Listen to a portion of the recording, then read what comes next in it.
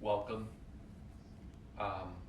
Some friends of mine sent a little mockery, and apparently I'm too excited when I do these programs. So I'm going to keep this one very calm, very subdued, and we're going to just, I can't do it! Day 27.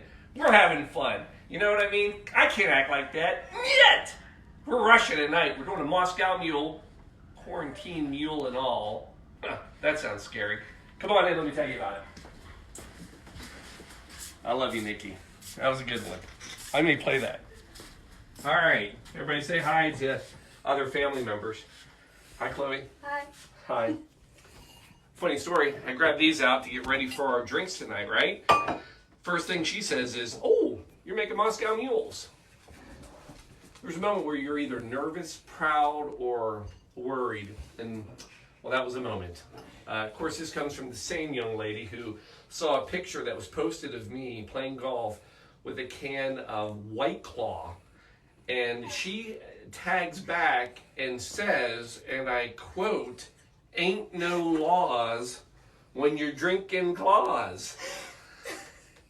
A lot going on in this house. But there's a lot of love. And that's what I'm going to tell them when they come to arrest me. All right, here we are. We're going Moscow Quarantine Mules. Now, this is a good one. This is a great Friday night drink. And, hold on. Not part of the recipe. So, not a hard drink at all. But it's a fun drink. It's an easy drink. It's delicious. And we're going to do it tonight. So, where do we start?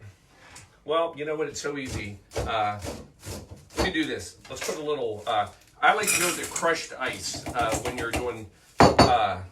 Moscow Mule. Now, raise your hand if you want to hear the history of the Moscow Mule. Got one. Winner, winner. All right, here we go. So let me share with you how this came about. As any good story starts, we have to have our main character down on his luck. Poor guy, just trying to figure out his life. Who was this man? John Martin. See, John Martin was down on his luck, and he started going to a bar and telling the bartender about his sad story. You see, John Martin had recently purchased a vodka distillery. Only vodka distillery in the U.S. What year was it, Paul? 1941. We're in Los Angeles, California. So he's telling the bartender about this distillery, trying to pawn off this vodka known as Smirnoff vodka. Oh yeah, that's Smirnoff. And the two of them become friends. Of course, who isn't friends with their bartender? So he's sharing his story and they become, again, friends.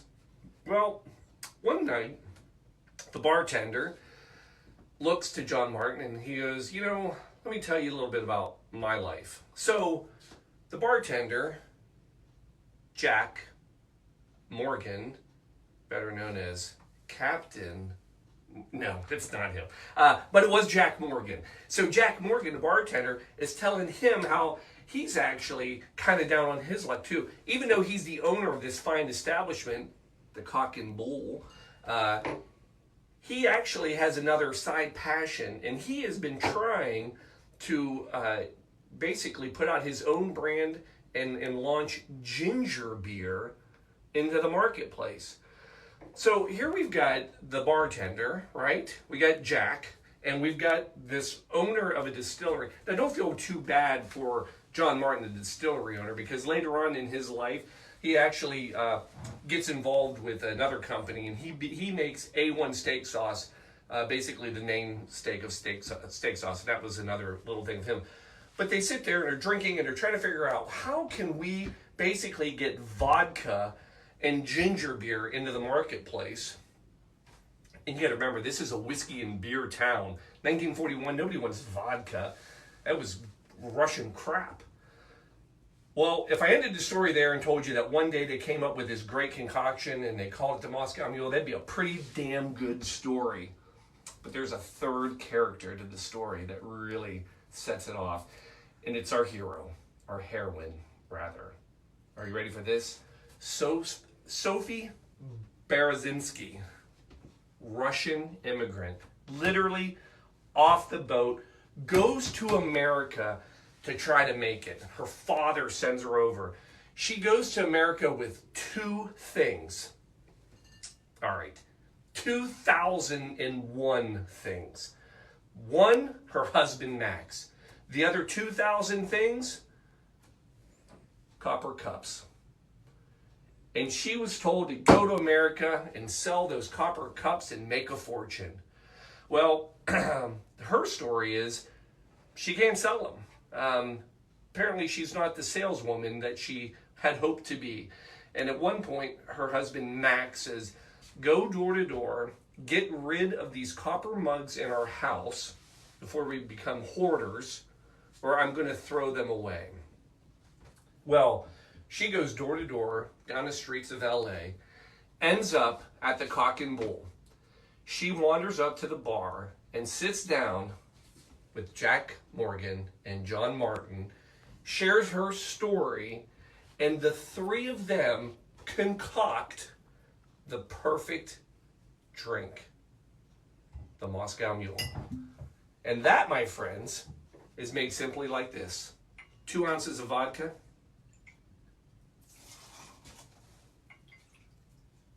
now, I don't have any good Russian vodka. I went as far across the water as I could, and we were using a little Reka Finnish vodka, small batch, named after Reykjavik, but they couldn't fit it on the label, so it's just Reka vodka. So you just need a little bit of that. The other thing you need is a little lime, about half an ounce. Here's what I like to do. I like to get 1 good lime. I like to take 1 of the halves and give it a squeeze in. Okay? Do the other one. Bang, boom. The other half, we're going to put it in there too, but just give that a little squeeze by hand. Drop it right in. Those are for drinking. Then the only other part to this is the ginger beer. Now, ginger beer, you can get alcohol or non-alcoholic. Most ginger beer is non-alcoholic. In fact, Jack Morgan's ginger beer, you can still get it. It's called the Cock and Bull ginger beer, and it is non-alcoholic. And then you're just going to top it off. About half can, about 6 ounces. So split it up between the 2. And that is your drink, other than we have to quarantine this up. And don't you worry about that. There's no such thing as a mule unless it's a quarantine mule in this house. It's already a citrus good drink, so we're just gonna give it a little right there, and then we're just gonna come back with a little stir. Now, Paul, you told me about this whole Russian side to it, but I guess I'm not quite sure why it's the Moscow Mule. Well, there's a little part of the story I have not told you yet, and that is this. Sophie's father, he actually is the one that sent her with those copper cups. Now, why would he have copper cups? Well, the reason he would have them is because her father owned a copper manufacturing company in Russia. See, all of those copper cups that were sent over, all 2,000 of them, on them, they said the name of the copper factory, Moscow Copper Company. That is why they are always served in a copper cup. And that is why they are called Moscow Mules. The mule, a lot of people will have speculation. What most people will tell you is that because of that ginger beer, it's got a little bit of a kick. And by golly, it does have a little bit of a tang and kick. So that vodka, that's the mule kicking. So that, my friends, is the story of the Moscow Mule. Now, some people will tell you, you don't need a copper cup to drink a Moscow Mule. I will tell you this. When we're out, Shelby will verify for me, if we go to a bar and they have Moscow Mules, the first thing I will say, are you serving them in a copper cup? And if they say no, I'm not ordering it.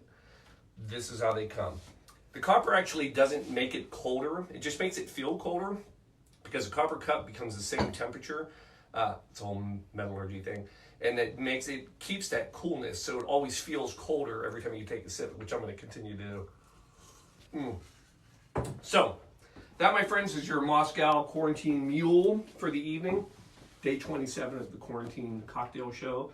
Thanks for joining us here at our Blue Monkey Quarantina. I hope you had fun. It's Friday night. Go out and stay home. Stay home and live it up and enjoy it. Thanks for joining us on a Saturday night. Seriously, Friday night, God bless it. I remember when Friday nights were different than other nights.